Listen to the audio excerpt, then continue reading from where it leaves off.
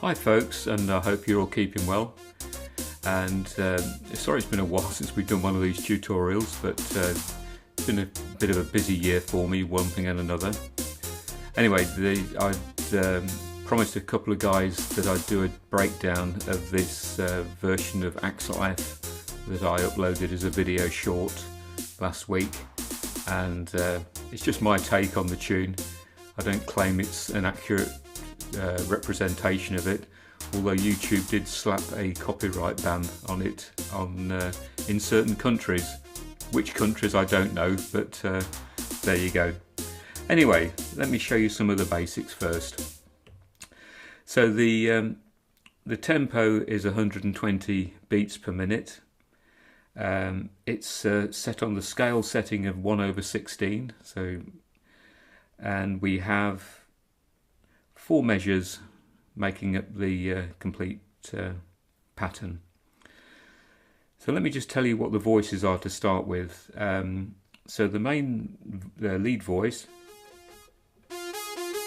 that is Syn Brass 2, and it's actually shifted up 1 octave.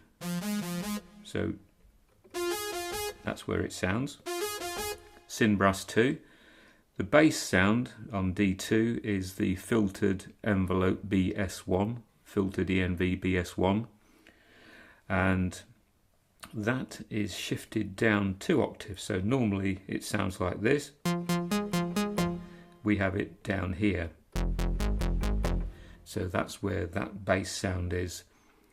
And the drum sound is the TR-909 Kit 1, and the analog sound is the saw bass 1, shifted up 3 octaves. So normally that sound is there. I've got it up here, and I've also got the sub oscillator switched on 1 press.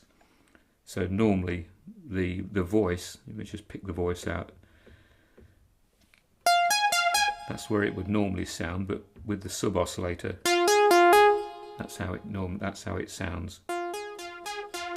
And then just play around with the amp controls and some of the effects as well. So I've got a bit of compression, the flanger effect, delay, and a bit of reverb switched in there. So let's go through the tracks for you. I think that's all of the basics. 120 beats per minute, I think I said that to start with. And don't forget, what I'll do, I'll put this in the description of the video. So they'll, in the description, if you look at read the description, I'll try and put as much as if information in that I'm telling you in that description there. So let's start off with the drums first. So this is the drum track.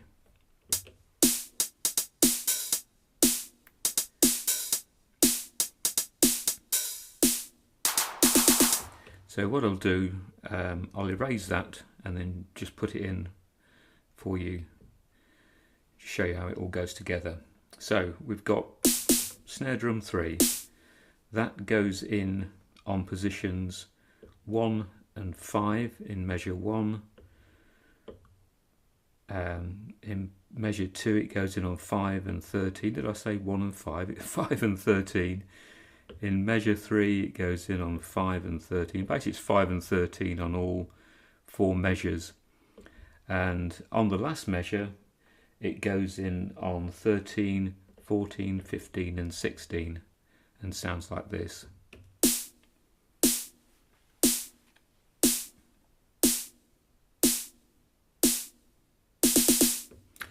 And then we've got the partial hi-hat. So in measure 1, the partial hi-hat appears on positions 1, 5, 8, 10, 11 and 13.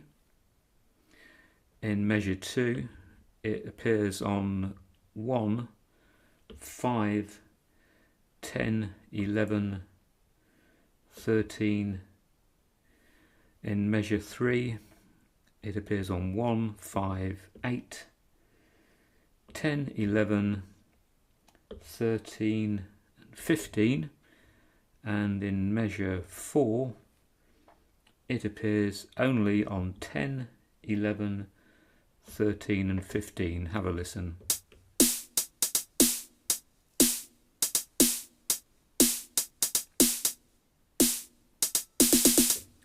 And then not lastly, but the next sound, we've got the open hi-hat, and that appears in measure 1, that appears on position 15, in measure 2 on position 15, in measure 3 it doesn't appear, and in measure 4 we have it on 1 and 15. Have a listen.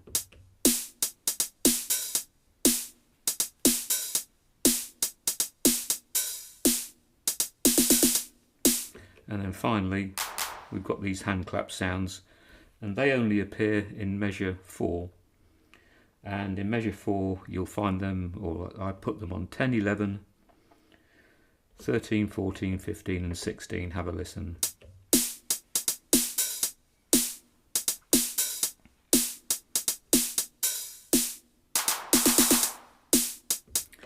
Okay, so that's the drum sound. Once you've done that, don't forget, just save it, shift menu, and just follow the on-screen instructions that you'll find in there to save it. So let's have a look at the synth, the DigSynth brass sound, and switch it on and have a listen.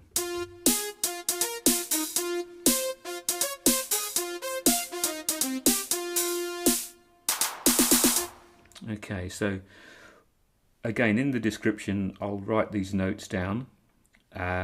But basically this is what's being played. It starts on this F note here. I'll just play it through slowly if you follow my fingers.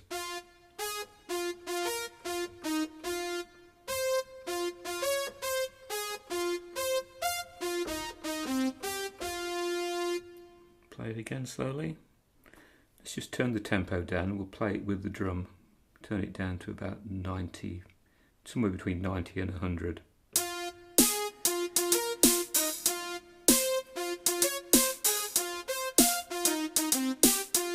Look, Ma, no hands. Let's turn the voice off and do it manually. Here we go.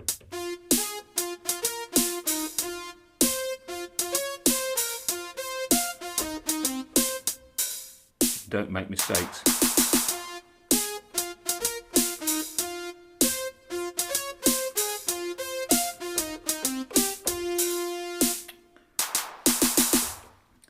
So it starts on this F. I can't really read the notes out as I'm playing them, but maybe we just break it down into sections. So that's the first one.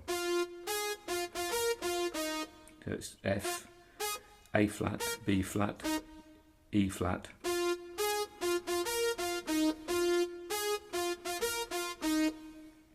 Then it goes.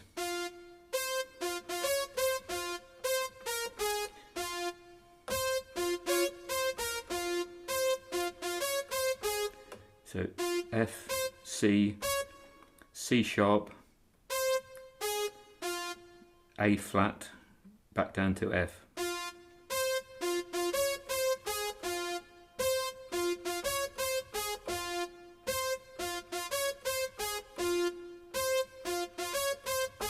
Play it a few times, then put them together.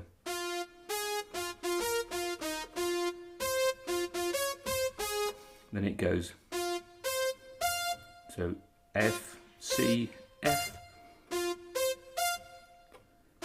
back down to F again, then to G, then back to F.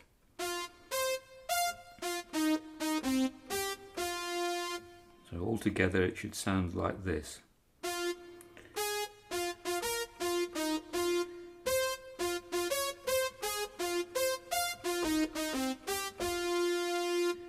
And then, once you've done it a few times, play it along with the drum track. Always let it run through once.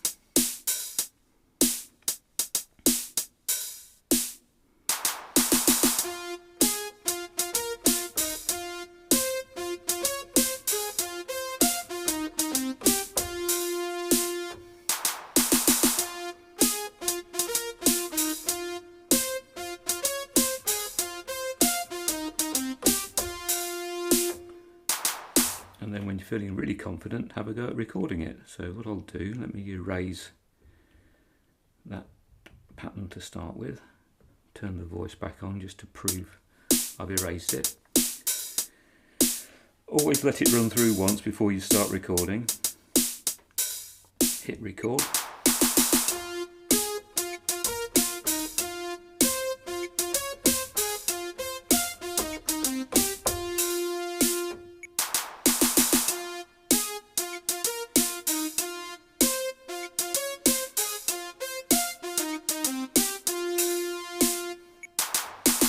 So we've done it. So that's the digital synth brass sound recorded. So let's just turn that one off a minute and put the bass sound on. Have a listen to the bass.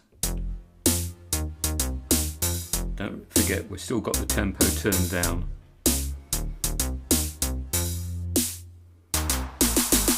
So with that voice, it's starting on this F note here, then going up to this F up here.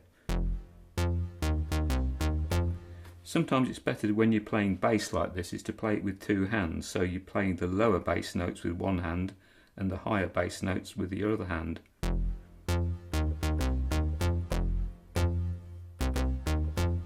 Then it goes down to this C sharp here, up to this C sharp, to the E flat or D sharp, whichever you want to call it.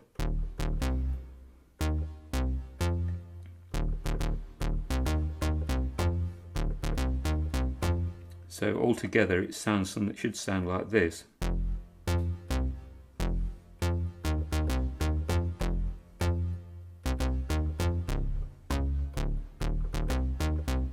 Without the mistake. And then there's a little run at the end. Like that. So in the description what I'll do, you'll see the notes of the sequencer lit up here. So this is where all the notes are inserted. You can, if you wanted to, you can insert the bass notes directly, so just play the note and hit the sequencer. But it will sound a little bit stilted, a little bit sort of like, it won't flow very well, it sounds very sort of computerized. Whereas if you record it in manually, even with a slight mistake or two in there, it will sound more natural. So what I'll do, let's have a go at recording it for you. I'll just erase the pattern. Make sure it is switched on. And don't forget, we've got the tempo turned down, but you can record it at the lower speed and then play it back at the higher speed. So when you're ready, just hit the record button, let it run through to the end and then start at the beginning. Here we go.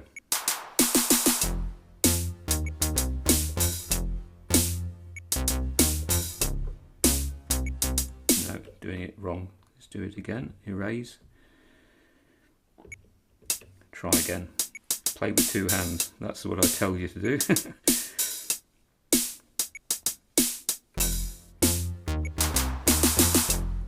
No, come in wrong there. Making all the mistakes now, aren't I? Try again.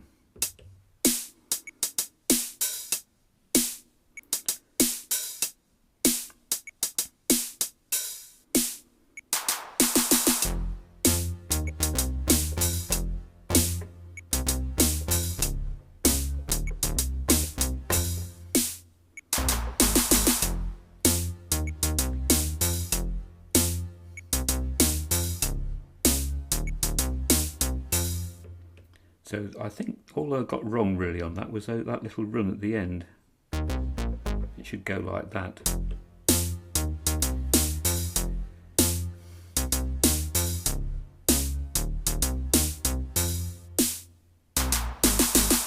It doesn't sound too bad, but if you wanted to try and make it the same, just press the erase button, just take those notes out, and you can put them in one at a time. Like that. That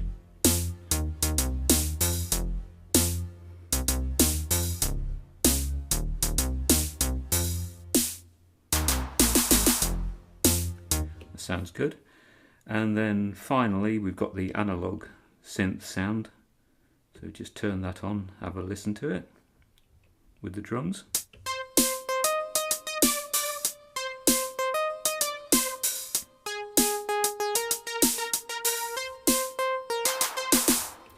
So let's have a go at showing you that one.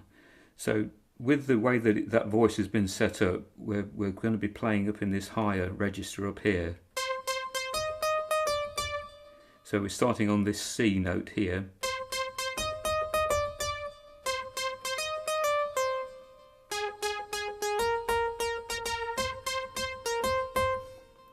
So that's what we're playing.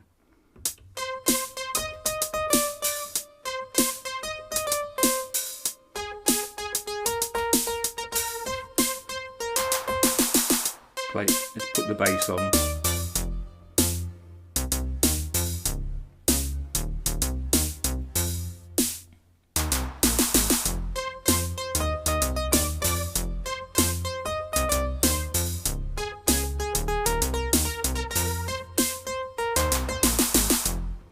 So let's have a go at recording that one, and then we're nearly there, I think. So turn the voice back on. Let it run through once, hit record,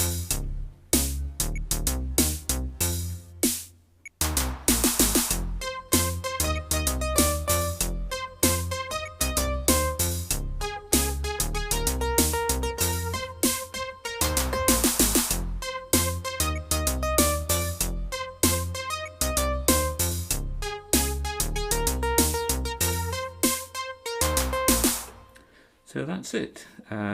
Don't forget, keep saving as you're going through. Don't do what I've just done and just keep carrying on building it up. Save it at each stage. So save it when you've done the drums, the brass sound, the bass sound, and then finally the analog sound. And then you can put it all together. Turn the tempo back up. Turn it back up to 120 where it should be, and then have a go at playing it. So the only thing that I didn't show you is that when it's playing through, if you're going to perform it, there's a nice, on the drum setting here, there's a nice reverse cymbal sound on Sim 2 here.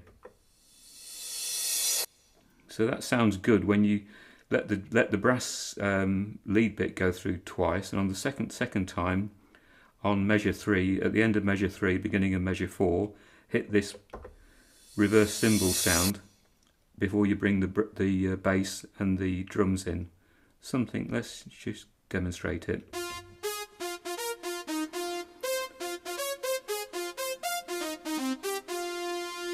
So on this time I'm going to bring it in end of measure 3, beginning of measure 4.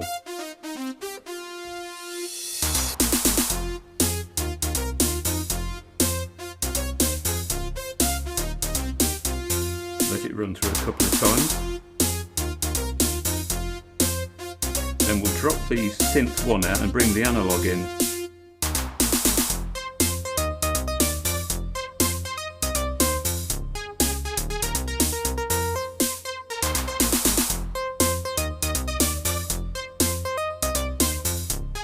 And then finish off with the brass sound again.